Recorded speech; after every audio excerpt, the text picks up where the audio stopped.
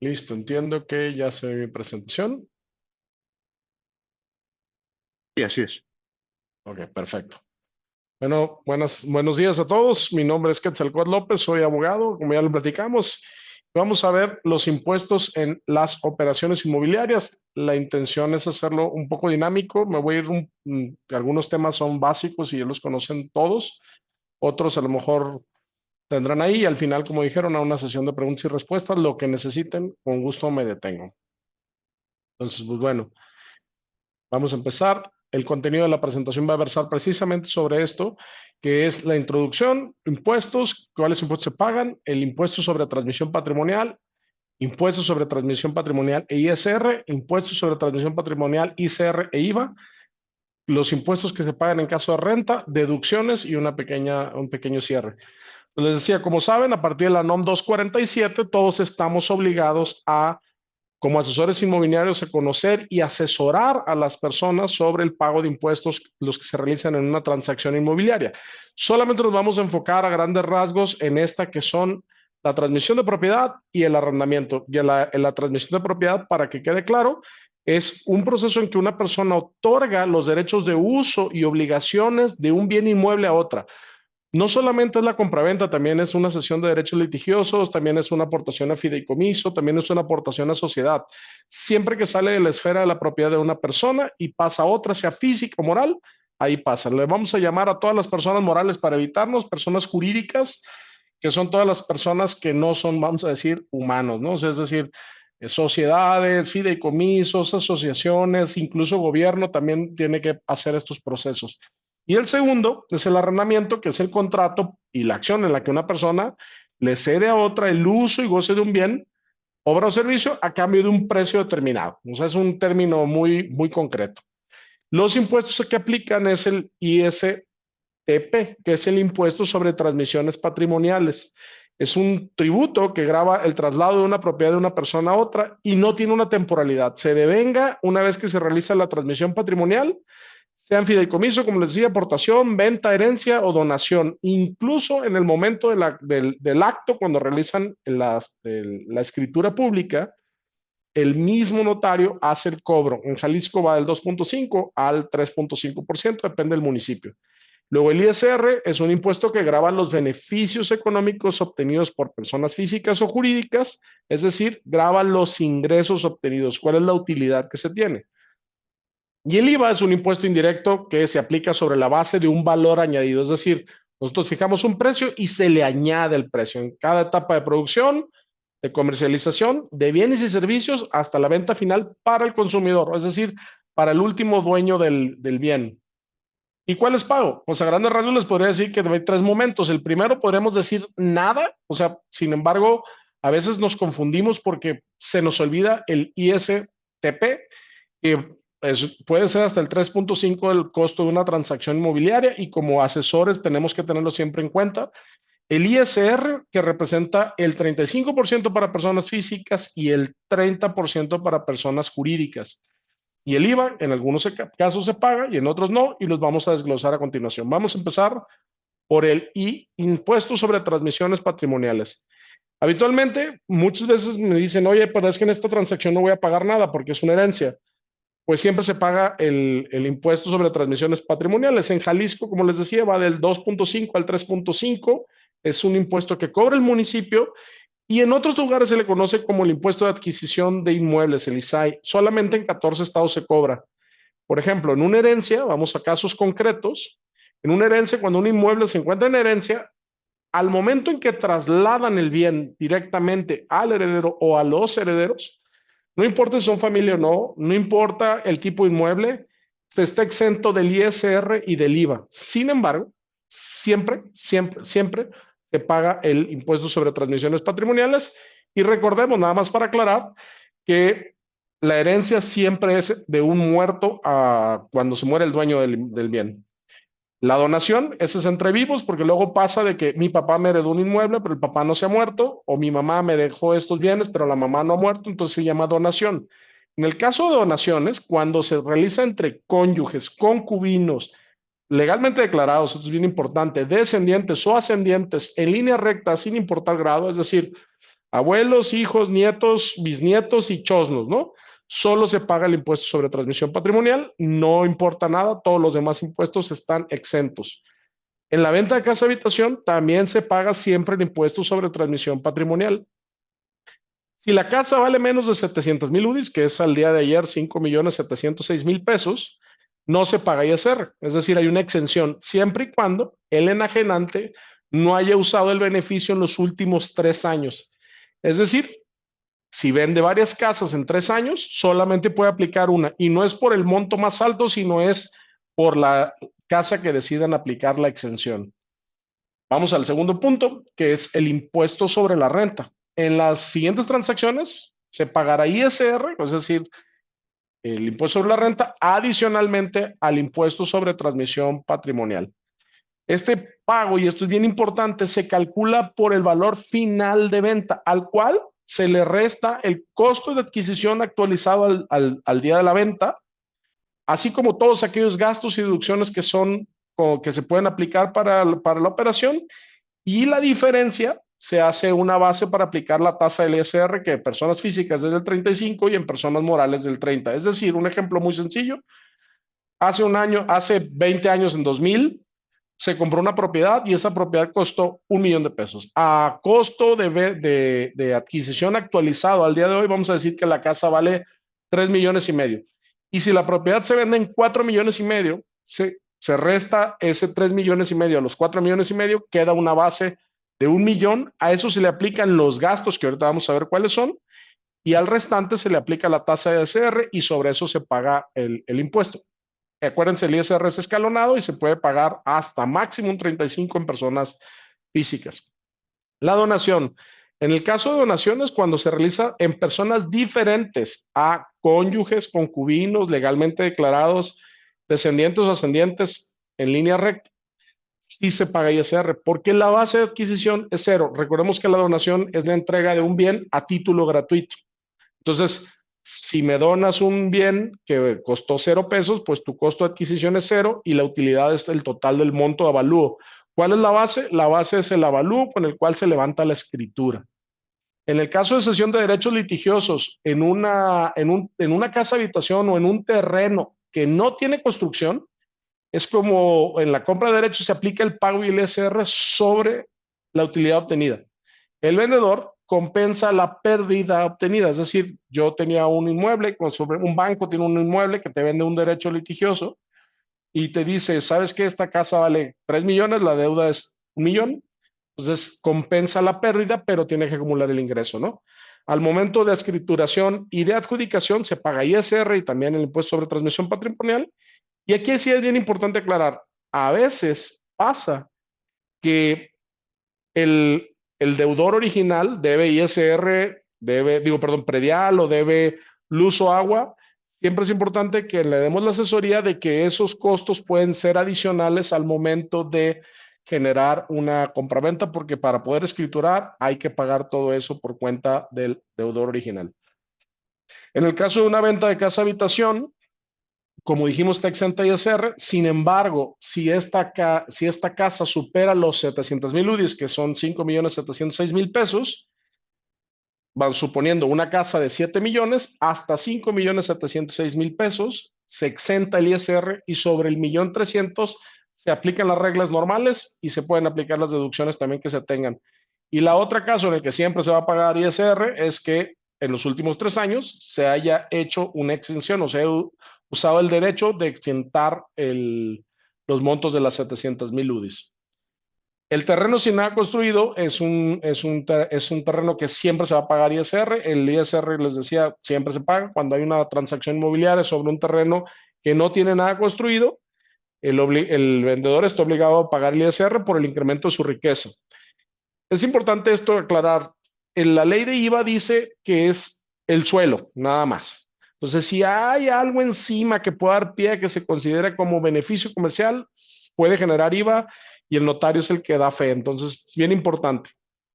Pasando al IVA, en las siguientes transacciones, además del impuesto sobre transmisiones patrimoniales y el ISR, vamos a pagar el impuesto al valor agregado, que la tasa por lo general, bueno, la tasa en general es del 16%, y no importa si es persona física o persona jurídica, siempre se va a pagar la tasa. Esto aplica a todo lo que sea diferente a terreno destinado a casa habitación, como dice la ley, o el suelo, o el terreno de cualquier tipo. Vamos viendo los casos. En el primero sería la donación. Cuando una donación se realiza sobre un inmueble distinto a terreno o casa habitación, entre personas diferentes a cónyuges, concubinos legalmente declarados, como lo decimos, descendientes o ascendientes, se paga el IVA. Ahí sí o sí no hay forma de librarlo. ¿Y cuál es la base? Bueno, ¿cómo se toma de base? El monto de avalúo que se usa para la escritura. Si tú vas a vender un local comercial y el local comercial se basa en 2 millones de pesos, el monto del avalúo, a ese monto se le suma la cantidad de IVA a pagar. Esa es la forma en la que se calcula. Y el notario pues tiene la obligación de estar en el proceso de la retención y de la determinación de los impuestos. El segundo es la cesión de derechos litigiosos. Aquí el inmueble corre la misma suerte que vimos para efectos de ISR. Es un inmueble, en este caso, el inmueble, si está grabado o está obligado a pagar IVA, va a pasar, no importa que sea un derecho litigioso, te van a cobrar al momento de la escritura y al momento de la adjudicación en la vía judicial. Entonces es bien importante en los términos, cuando a veces hacemos una negociación, tener muy claro que puede haber casos en los que esté obligado el cliente a pagar además un IVA. En el venta de casa habitación amueblada, y esto es una cosa que a veces pasa sobre todo en desarrollos inmobiliarios verticales, muchas veces te dicen, yo te voy a vender un departamento amueblado. Entonces, aquí sí es bien importante porque la ley dice que casa habitación sola. Entonces, dice ahí muy claramente, artículo 20 de la ley del IVA, dice que en el caso de que la casa esté amueblada, se sacará una proporción y se pagará IVA sobre la propiedad. Entonces, esto puede incrementar los costos. Es bien importante que al momento de hacer la escritura puedan poner un esquema donde digan, oye, la casa, yo te vendo la casa y adicionalmente te vendo los muebles o te regalo los muebles. Pero casas, habitaciones amuebladas pueden generar IVA. Si bien es cierto, los muebles usados son exentos del patrimonio, del pago de IVA, y en la casa habitación como tal está amueblada, sí puede generarnos el pago de IVA y esto a veces se puede ir y los montos por evasión de IVA pueden ser hasta, pues desde cárcel, porque el IVA sí es un tema más delicado.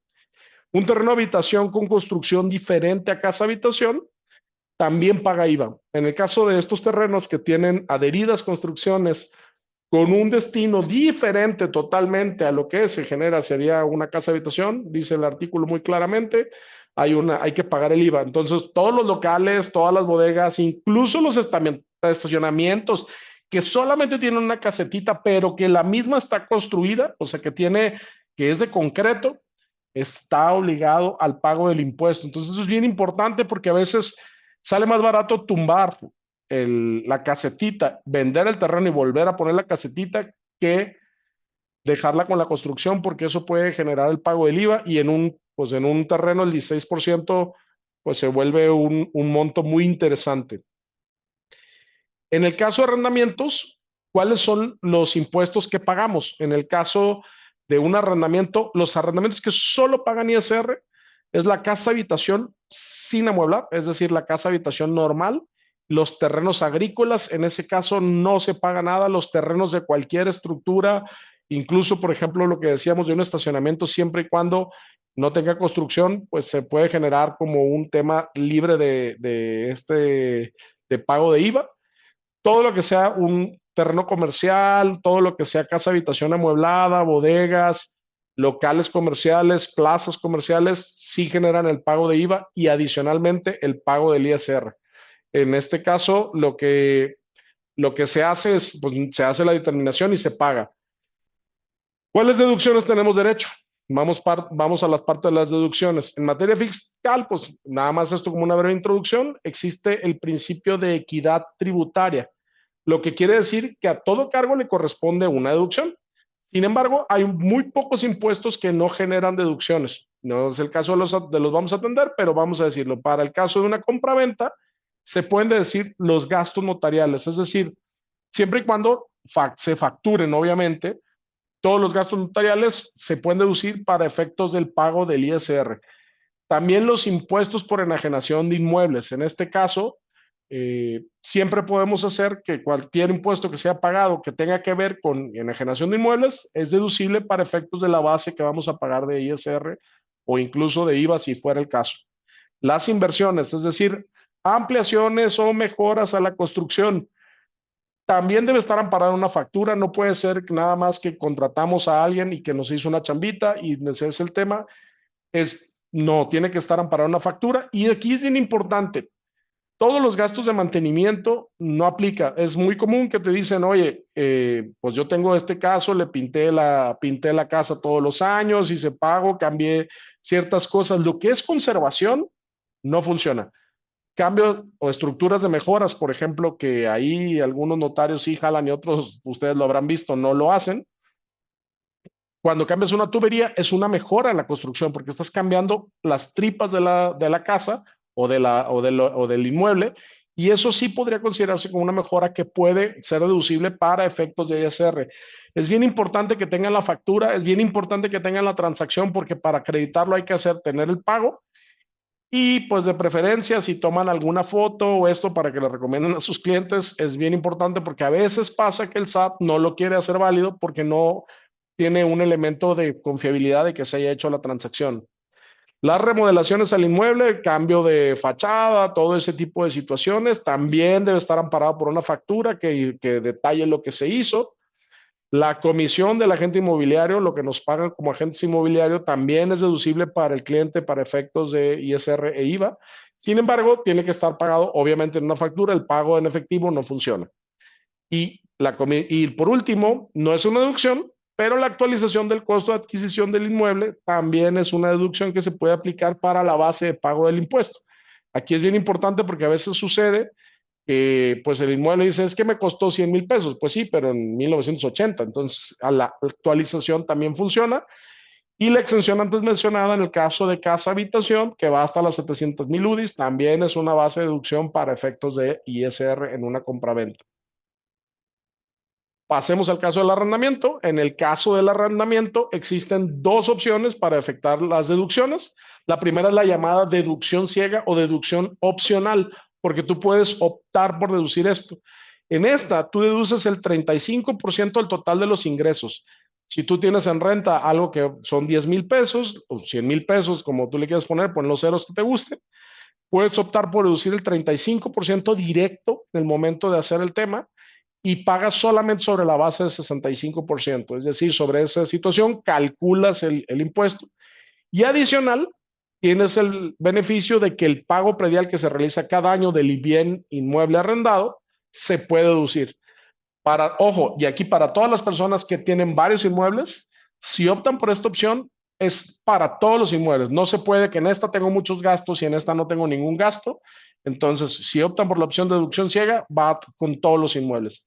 Y la segunda son las deducciones autorizadas. En las deducciones autorizadas se puede hacer lo que marca la ley como tal y están enumeradas tal cual lo marca la ley. La primera es el impuesto predial del bien inmueble arrendado, eso pues, es lógico. El segundo son los impuestos locales pagados por ingresos obtenidos por arrendamiento. Hay algunos lugares, algunos estados o algunos municipios que cobran un impuesto especial sobre el caso de arrendamiento y que tienen características especiales en un arrendamiento y dicen, si tú vas a arrendar este inmueble, lo tienes que registrar en el ayuntamiento y sobre el ayuntamiento a partir de cierto monto para que tenga cierta validez, me vas a pagar un impuesto. Ahí en ese caso, eso también es deducible para efectos del arrendamiento, del deducción al pago de ISR y de IVA en un arrendamiento. Las contribuciones locales de mejoras, de planificación, de cooperación para obras públicas que afectan los inmuebles arrendados. Esto es normal cuando cambian una tubería o en algunos municipios que están desarrollando, apenas que están en un proceso de desarrollo y que van a pavimentar y hacen un cobro de estos tipos de impuestos o en alguna contribución. Esta misma es deducible para efectos de un inmueble arrendado. También los gastos de mantenimiento que no adicionan o mejoren el bien arrendado. Es decir, ahí sí la pintura es deducible, el cambio de un vidrio es deducible, el cambio de un baño es deducible, porque para estos efectos se busca el mantener el lugar de manera adecuada. Y también los consumos de agua siempre y cuando venga en el contrato de arrendamiento estipulado que tú pagas el agua por cuenta de todos los arrendadores. Por ejemplo, en algunos, no sé si yo creo que les ha tocado a la mayoría, algún terreno, algún edificio que tiene todo el agua se paga por cuenta de todo el edificio, que no tienen tomas de agua individuales y se paga prorrateado. En ese caso también le toca y hay una parte de deducción. Los intereses reales pagados por préstamos que utilices para la compra, construcción o mejoras de los bienes inmuebles arrendados. Ustedes cuando sacan un crédito hipotecario, les dicen ahí que hay una parte que se llama intereses reales.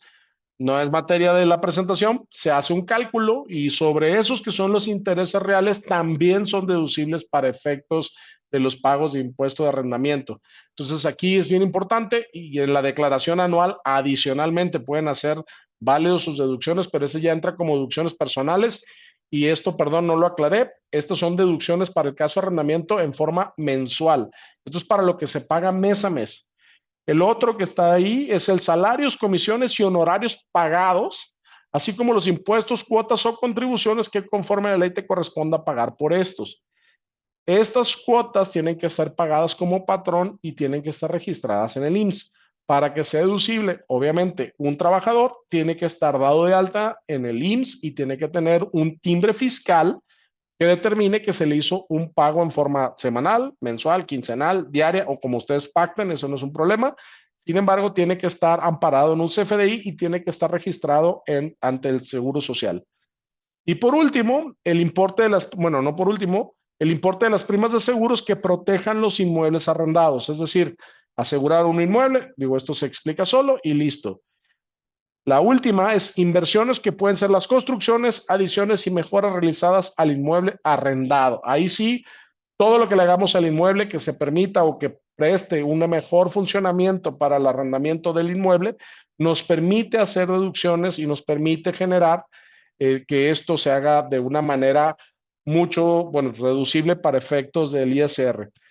Y aquí hay un tema que también es bien importante en el caso de arrendamiento. A partir de 2018, si no mal recuerdo, 19, salió una modificación a la ley del impuesto sobre la renta que dice que cuando tú no emites un CFDI para efectos de la renta de una propiedad, al momento de un juicio por desahucio, del que vas a sacar al cliente que no paga de una propiedad, el juez que conoce del asunto tiene la obligación de informarle al SAT de que tú no estás emitiendo esos esos FDIs. Esto es bien delicado porque nosotros como despacho fiscalista sí nos ha tocado ver que el SAT llega y bloquea cuentas o asegura propiedades por la falta de emisión de pago de unos inmuebles, porque están cobrando efectivamente ahí en un juicio las rentas pasadas. Entonces, tengan mucho cuidado, de preferencia hay que asesorar a los clientes de que siempre deben emitir un CFDI para la renta. Yo sé que muchos clientes quieren recibir sus rentas en efectivo y bueno, lo entiendo, pero sí se pueden meter en un problema delicado que puede generar en alguna situación en la que le pueda meter problemas en particular a alguien por no emitirlo, porque el juez, pues es una autoridad y el SAT, pues es una cobranza gratuita, ¿no? Y pues básicamente esto es lo que tenemos como una presentación en el tema de inmuebles. Yo la verdad es que la quise hacer muy dinámica y está cortito el tiempo, entonces los siguientes 10, 15 minutos que tenemos, si gustan, lo podemos aprovechar para el tema de preguntas y respuestas.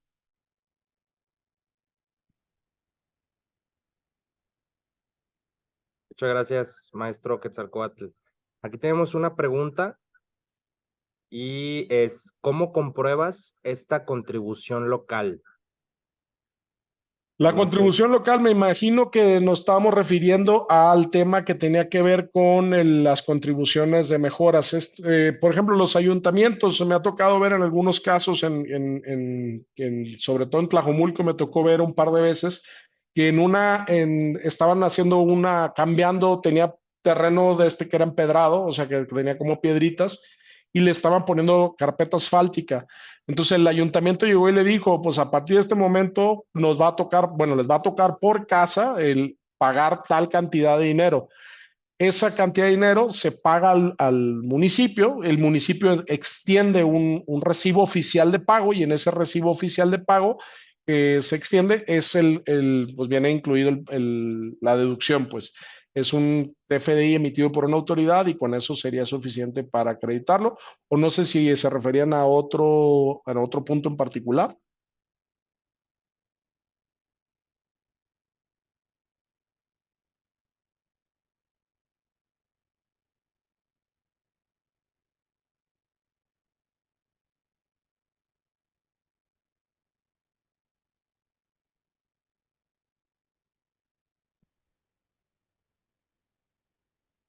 Listo, tenemos más preguntas. Nos pregunta Juan Carlos Chávez, si tengo una casa habitación y no está remodelada y la quiero vender sin remodelar, ¿qué porcentaje es recomendable bajar al cliente que la quiera comprar? Mira, aquí implica mucho el juego de los pagos de los impuestos. Aquí es el gran depende. Si la casa la quieren usar para casa habitación y la va a comprar otra persona, bueno, perdón, la casa es una casa habitación que se va a vender a otra persona que va a vivir ahí, pues, o sea, que la va a usar como casa habitación, pues para efectos de ISR le puedes vender a valor catastral, que sería lo mínimo. Porque recordemos que hay una penalización a la ley que si compramos un inmueble abajo del 10% del valor catastral, nos cobran un impuesto por adquisición de riqueza.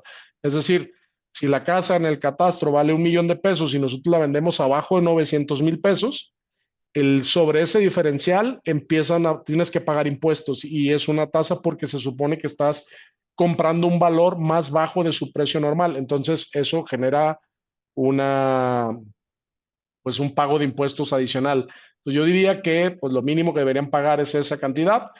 Me ha tocado ver algunas transacciones en las que la persona le dice, ok, yo voy a sacar el crédito por el total, me la vas a vender abajo del precio de catastro y me devuelves el dinero que te pagan en exceso para yo remodelar la propiedad. Aquí sí es muy variable.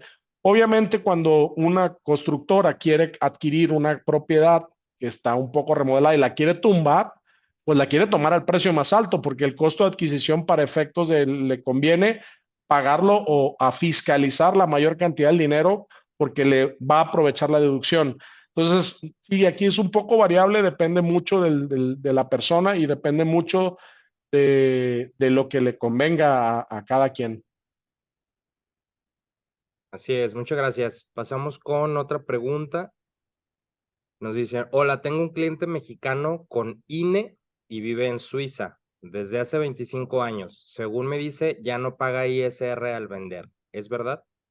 Sí podría ser, habría que ver la situación fiscal de la persona. Otra vez aquí el depende.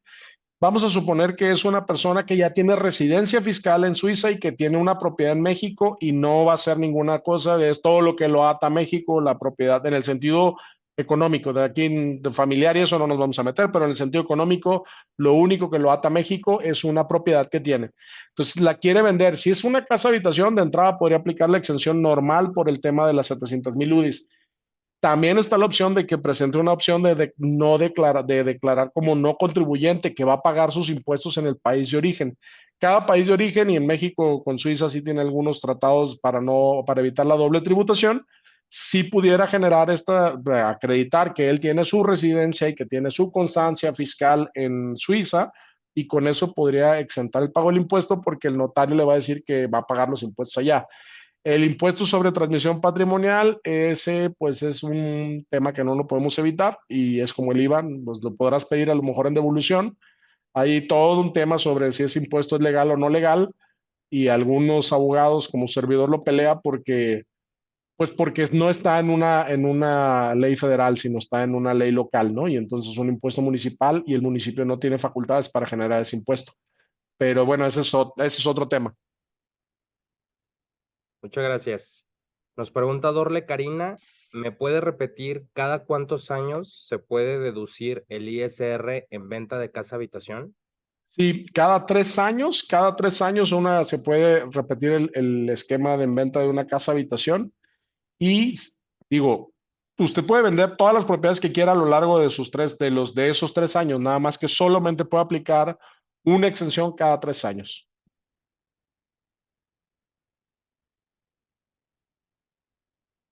Gracias. Siguiente pregunta. Si arrendo mi propiedad y emito el CFDI correspondiente, ¿ese acto me permite deducir impuestos? Si arrenda su propiedad, emite el CFI, claro. Bueno, el CFDI lo que ampara es el ingreso de la renta de la propiedad.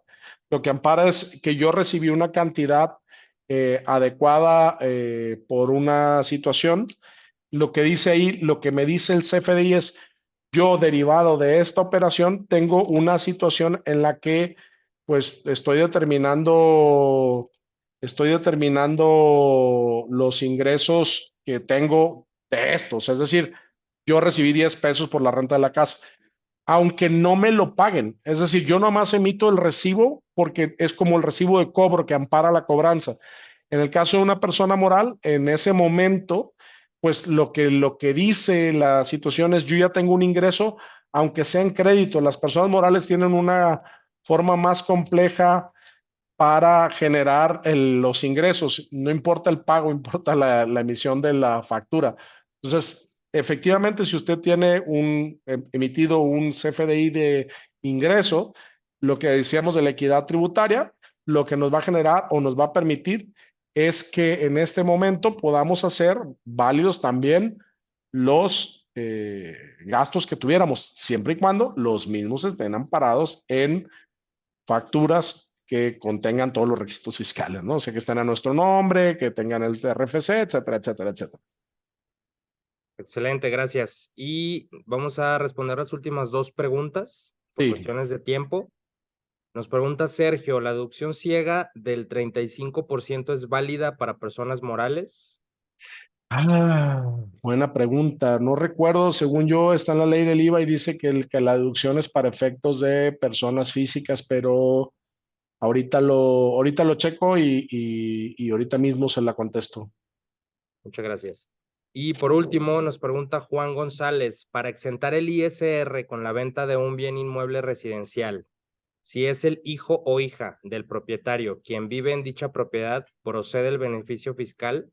De ser el caso, ¿cuáles son los documentos que se tienen que presentar para obtener el beneficio? Mira, el caso del IS, antes decía la ley que tenías que comprobar que hubieras residido en esa propiedad durante al menos los últimos 6 meses. En la última reforma se hicieron algunas situaciones, se modificó un poco el sentido de la ley y no dice ya que tengas tú que haber residido en la ley, sino que tienes que comprobar la propiedad y que tengas algún recibo a tu nombre. Nada más es lo único que dice. Entonces, muchos notarios lo que se amparan y te piden es que tengas dos o tres recibos a tu nombre: luz, agua, teléfono, cuenta bancaria, etcétera. Sin embargo, también dice la ley en algún otro momento que este beneficio aplica siempre y cuando sean ascendientes y descendientes en línea recta. Entonces, en teoría, haciendo